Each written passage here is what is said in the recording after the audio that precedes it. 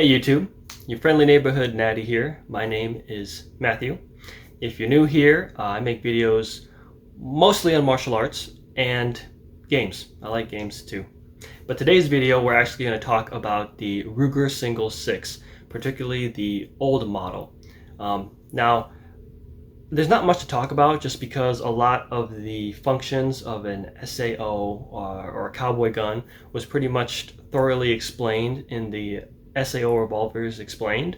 So here we're just going to focus particularly on Ruger's design and interpretation of Colt's Model 1873, Peacemaker, or Single Action Army. I will use those terms interchangeably with each other. So here is the firearm in question. This is a 1969 Ruger Old Model, Single 6. If you remember, the Peacemakers, they were chambered in .45 Colt, that of which had a very strong entry in 1873 with Colt's Single Action Army and Peacemaker.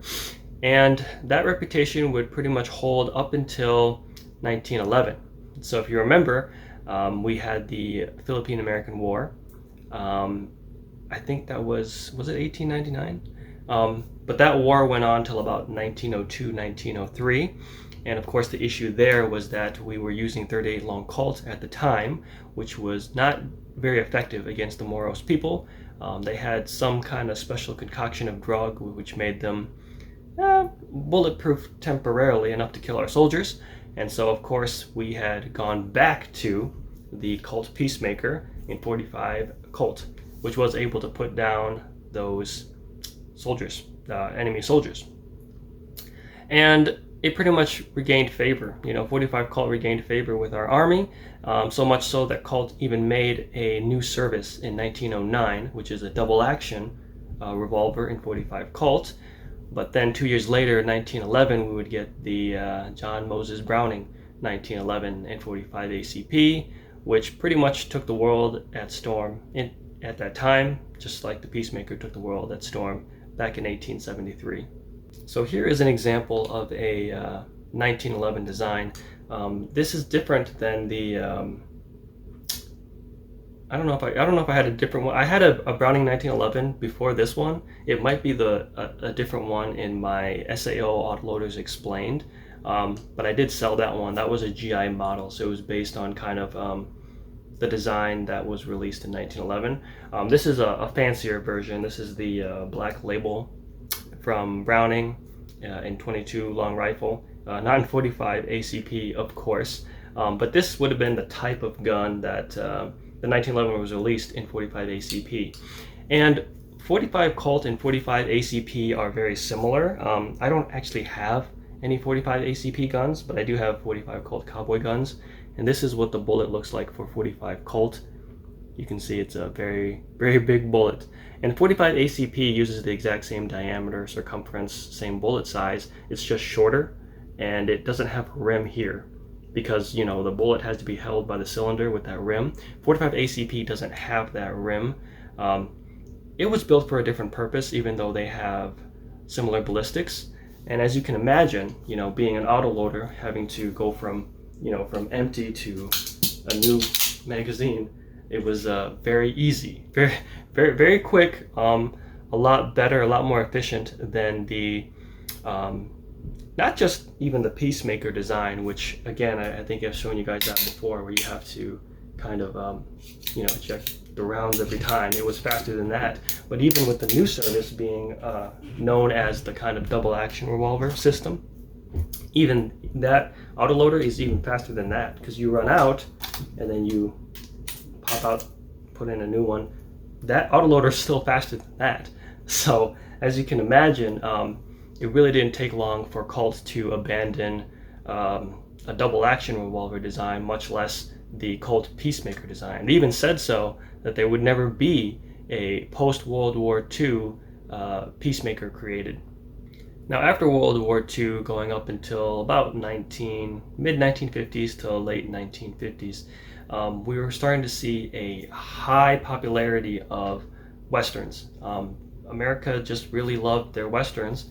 I mean, I did when I was growing up in 1989, but even as far back as early 1960s, people really liked their westerns, so much so that I think 70 to 80% of the most popular TV programs at that time were westerns. So it would have been like Wanted, Dead or Alive, Gunsmoke, Bonanza, and my favorite, of course, which is The Rifleman. The Rifleman.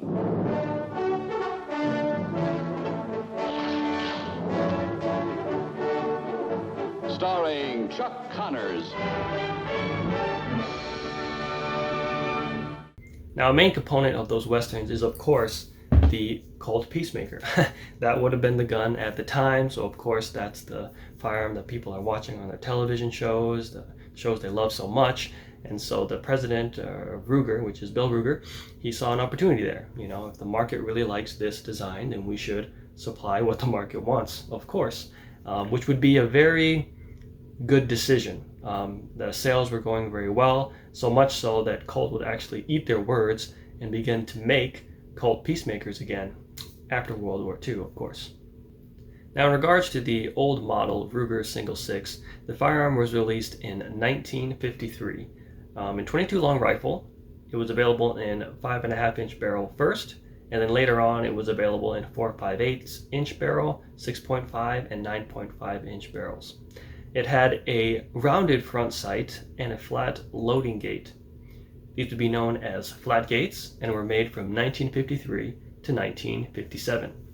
Afterwards, the loading gate was changed to a much more modern design, and you can see an example here that the loading gate here is very round. So it's not flat, and as a result, I find it very easy to open and close it. I can't imagine how difficult it would be trying to open and close a flat loading gate. But of course, people do pursue that for just the rarity of it and the fact that they don't make it that way anymore, of course. 1 year later, Ruger would actually release a lightweight model. And what that means is that in firearms, the standards are steel. So if there's a mention of a lightweight, typically it means either the frame or the cylinder in a revolver is made out of aluminum, which is a lighter material, of course. It's actually the opposite in martial arts. When we train, usually it's going to be like, you know, wood, and then it will be either metallic and then steel. So we go in the opposite direction, where you'll train with the wooden version, and then you'll go to metallic, which is basically aluminum. That's code, I guess, is how we say it. And then, of course, steel is kind of like that. In regards to training, you know, if you can train with something kind of ridiculous, then everything else is a joke. That's kind of how it is in martial arts. So I just find that pretty interesting, is that it's the opposite for us. We'll go from wood, metallic, and then aluminum, metallic and then steel, and then firearms are always steel, but then there's a lightweight version which was typically aluminum. Now, a 22 Magnum version of the Ruger Single Six was introduced in 1959, and it was only available in 6.5-inch barrel.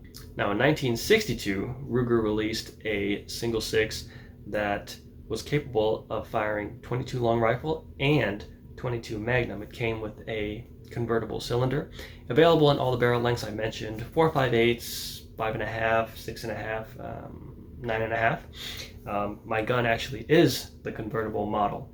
It has the 22 long rifle cylinder right now, and then I have the 22 Magnum cylinder right here. So just to show you how it works here, if you want to change out the cylinder on the Single Six, first of all, when the hammer's all the way down, that firing pin is sticking out, and it'll block you from taking out the cylinder. So you actually have to move that back one click. And then this is a cylinder pin. You can see the cylinder right here. Some old models, I know Uberti used to do it, they have a screw here which is called the old model, and you just unscrew that to take out the cylinder. But most firearms today will use this kind of cylinder pin design. All you do is that you hold that, and then you're able to pull the cylinder out. So I'll show you here. If I push in here, I can now pull out the cylinder pin. And we really went past the first click, so we open the cylinder gate here, right? I'm left-handed, but we'll make it work. And you can take out the cylinder like that. And that's it. And as far as putting in another cylinder, so this side here is the front, okay, and then that's where the rounds go. So obviously that's going to be at the back. So you would, am I really going to try this right-handed? Okay, so you're going to put, again, where the rounds go are going to be pushed at the back. You're going to set it in through the loading gate. Now, what I find that helps for me is that you need this back part to, you need the butt part to kind of like go past this part here. So if you kind of turn it a little bit, you'll eventually find it where, there, that one.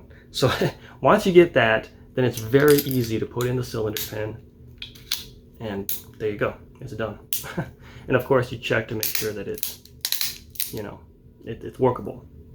Now, when it comes to 22 LR and 22 Magnum convertible cylinders, most modern guns today, they have a really nice way of showing which one is long rifle, which one is Magnum. Here is a Heritage Rough Rider. I don't know if you guys have seen this gun before. It's got the Magnum cylinder in there. You can tell because, yes, it does say that. It does say that on the cylinder, 22 mag. But besides that, it's also not scalloped. You see how the Ruger has a kind of like these scallops in the cylinder? There and there, all around. This doesn't have that. And so for the Heritage Rough Rider, you know this is the 22 Magnum cylinder because it's not scalloped. And the 22 long rifle cylinder is scalloped. There, you can see. So they did make it to where you can clearly tell. Now, for this 1960 Ruger, they actually didn't do that. They didn't do that. Here is the cylinder for the Rugers. You can see them here. They look exactly the same. They look exactly the same, guys. You know, there's no difference, and there's no writing telling you which one is Magnum.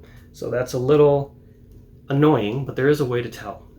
First of all, if you get either a snap cap or if you're very careful with a real round, you want to use 22 Magnum, okay? Because 22 Magnum will not fit in 22 long rifle. So you can see it doesn't fit. So I know this is the long rifle cylinder.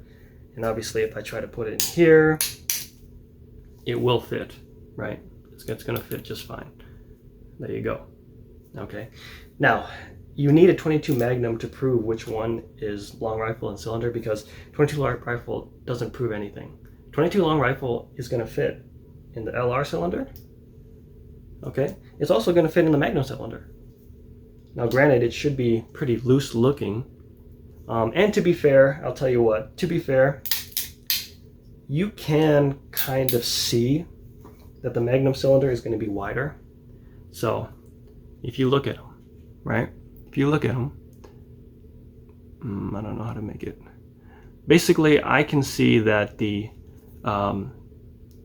Magnum cylinder is wider. You know, it's kind of like more wider, and then the LR isn't. It's a little bit more smaller.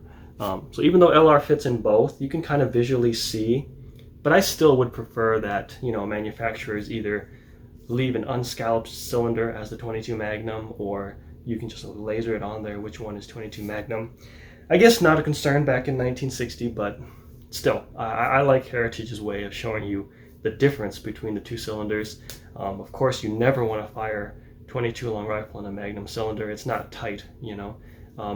Is the gun going to explode? Probably not, and I'm sure you can find videos of people doing that on YouTube, but it's just still not very smart. Now, in 1964, Ruger released the Ruger Super Single 6. So this is just like our regular Single 6, except it has an adjustable sight. So you know that this doesn't have an adjustable sight. It's just a set-in rear sight. And it was available in all barrel lengths besides 9.5. They didn't have it in 9.5 inch barrel. And also, it was available as convertible as well. So that's kind of nice. That's obviously more for like hunting, things like that. That adjustable sight's pretty useful. Now, I'd like to dedicate a little bit of time talking about the differences between the Ruger OM, or old model, compared to the Ruger NM, or new model, ones that you can get today. So the big difference is that there's going to be 3 screws on the frame. You see that right there, 1, 2, 3. Now, this isn't a Ruger new model, but most modern cowboy guns kind of use the same design. But here's an example of one. This isn't a Ruger, it's a Heritage, but it's got 2 screws. So you see the difference there. And another thing is that the clicks. I don't have a current model Ruger cowboy gun, but I have held them in gun stores, and I do recall specifically that the clicks are possibly 2 to 3. And that's because instead of that half click being the one that allows you to turn the cylinder, the new Ruger design simply, if you open it, you're able to change the cylinder. So obviously that removed the click. For the OM, there's still 4 clicks doing what the original Colt design did, right? First, there's that useless safety click. Then there's the half cock, which it lowers the cylinder stop so that you can load and unload the gun. And then the third click is the cylinder stop popping back up, keeping it in place. And the fourth click is setting the hammer and the trigger. So basically it can fire if you pull the trigger. That is of course a difference between the OM and M Ruger models. Safety transfer bar safety. So the old Rugers, they don't have a transfer bar safety, right? You can see that there's nothing in there. Let me see which one of my modern guns have it. Yes, this gun has it. So do you see that transfer bar there? That little guy over there? So that guy's job is, I've talked about in other videos, if the hammer falls and the trigger isn't pulled, that bar isn't raised, so it can't hit the firing pin. That is a modern design of revolver safety. Of course, cowboy guns didn't have that at the time. Although today, if you get any Ruger cowboy guns made after 1973, it left the factory like that. So they did already installed that transfer bar safety. Some people like it, some people don't like it.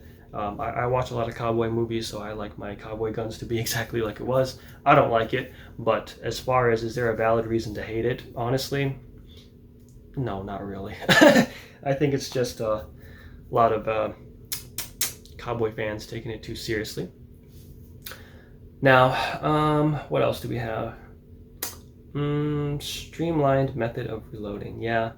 So I talked about it in SAO Revolvers Explained, but the Rugers now, by having that loading gate open, that's all you have to do to turn the cylinder. Obviously very streamlined, very quick. A lot of people like that. Unless you're a cowboy snob, then I don't like it, but that is, of course, a big change from the Ruger OM to the NM. And then finally, what will happen if you send in an old model gun to get repaired for whatever reason? I believe, at least what I've heard, is that Ruger will automatically install the transfer bar safety with or without your consent. So that's something that a lot of us people are a little wary of. A lot of us cowboy fanatics are wary of, is that Ruger takes it upon themselves to immediately install that safety, even if you tell them not to. So that's something for you to think about. If you want your cowboy gun to stay a cowboy gun, you can't really send it into the company to fix it. There are specialists all around the country that maybe can do it for you. But this gun is very simple. It really shouldn't take a gunsmith to fix it. Maybe it's a trigger spring problem, maybe it's a mainspring problem. That stuff, you can do it on your own. So there really shouldn't be, it's not a complicated design. There really isn't too much that you actually need a gunsmith to look at it.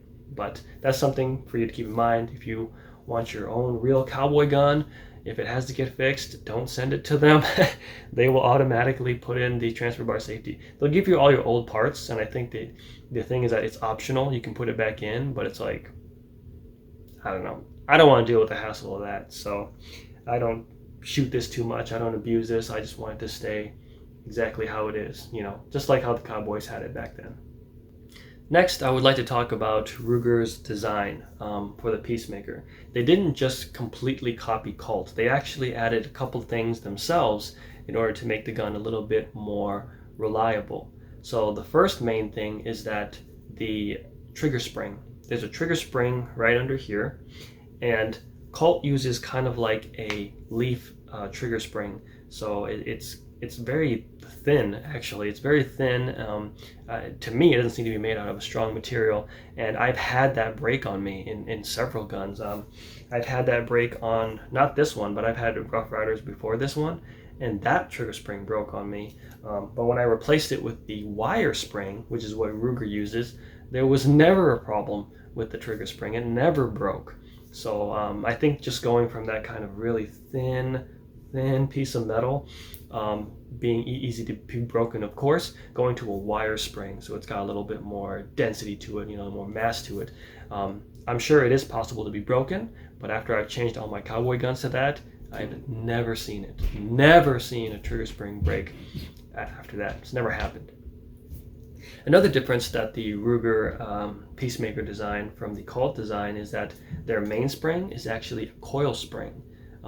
So Ruger, Colt still uses a leaf spring, mainspring, leaf spring, mainspring, and that's never been a problem. I mean, Smith today still uses leaf spring, mainsprings, and I've never seen those break. I maybe saw a picture of it on the internet one time, but of course you never know what people are doing, so maybe the person abused the heck out of that, but that was a design that Ruger changed, was a coil mainspring. Whether that's good or bad, I can't really say. I will say that if you get a really old one like this one was, it was really gunked up. There's a lot of very, very dirty, a lot of grime in there. So I think that's a negative. That's very hard to clean. Plus, when you take it out, it's very hard to put it back in.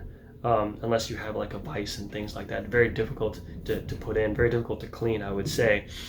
So that may or may not have been an upgrade. I've heard people say the leaf spring mainspring in Peacemakers can break. I've never seen it. It's never happened to me. But that was a design that Ruger did, was going from a leaf spring mainspring to more of a coil mainspring. And Ruger still use that today. All their old guns and all their new guns. They've never used anything else. An additional point to consider is that, the Colt Python, which is kind of known to have a very fickle leaf mainspring, uses that design as well. Of course, that's a huge jump from Peacemaker to Colt Python, but just something for you to think about is that meticulosity that comes with the Colt Python, whereas a coil mainspring is not, it's not difficult like that. It's very simple. It's a coil mainspring. So again, whether that's a positive or negative, I can't speak for sure. All right, and that's all I have to say about the Ruger old model single 6.